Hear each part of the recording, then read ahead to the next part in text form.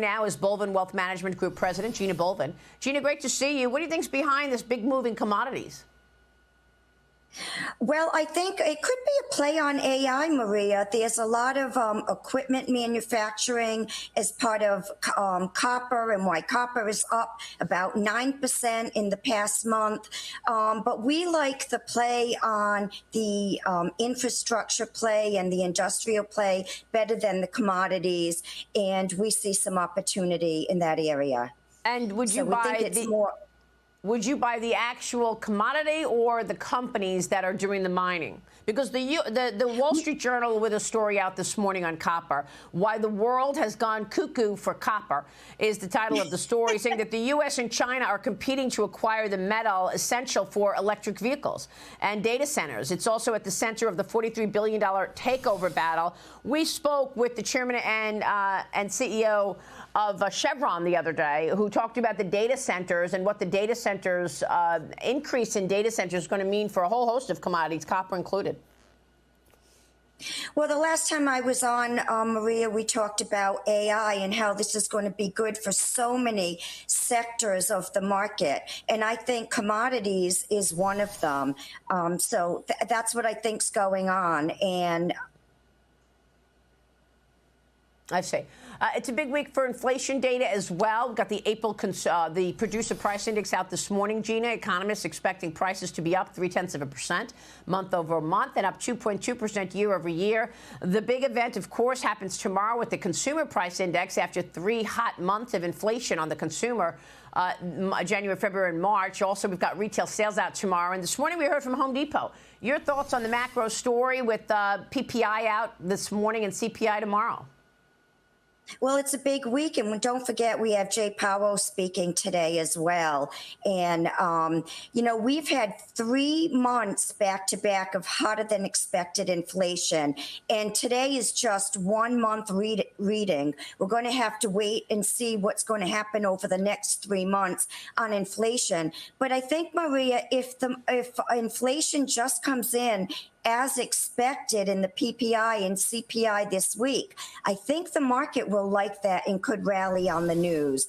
But we are starting to see some disinflationary news in terms of the job market that we see is loosening. We've had job gains slow to 175,000 last month from March's over 300,000.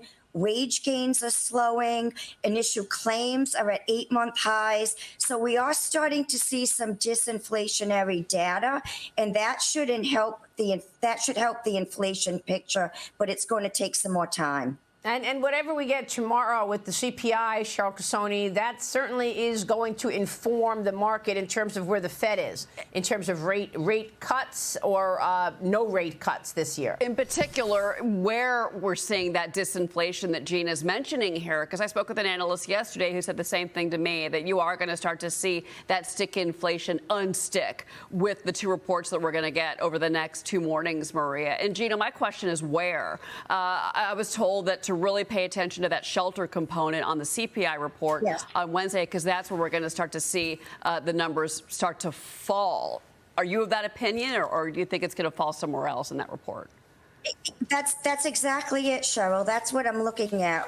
You know, we are watching housing because there's a lag in the government data. So we're seeing companies like Redfin and Realtor.com tell us that rents are coming down, but it hasn't shown up in the CPI yet. And the reason this is so important is because it's it's the largest component of CPI. Yeah. And look, we've been waiting for this, right? Steve Schwarzman told me the same thing, the largest owner of commercial real estate in the world, Blackstone. And he said, Maria, I'm telling you, rents are going down. I see it, but we haven't seen it. It hasn't shown up yet. So we'll see if this is the month. We've got the consumer in the spotlight this week. We've got April retail sales out this week. You say we should be focused on the luxury goods companies and the consumers that are spending on luxury goods as well as out at restaurants. Why?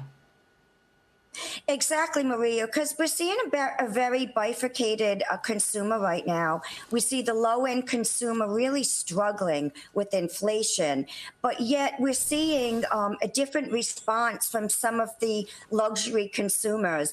In the retail sales report this week, I would really keep an eye, however, on restaurants, because restaurants is really discretionary spending, and that's really the first to go when consumers want to tighten their belt and stop spending. And I think that'll be important for inflation. Yeah, it's a great point. Unfortunately, whether you're eating at home or going to a restaurant, the price is up over the last few years. Gina, thank you. Good to see you. Gina Bolvin joining us this morning on markets and the economy.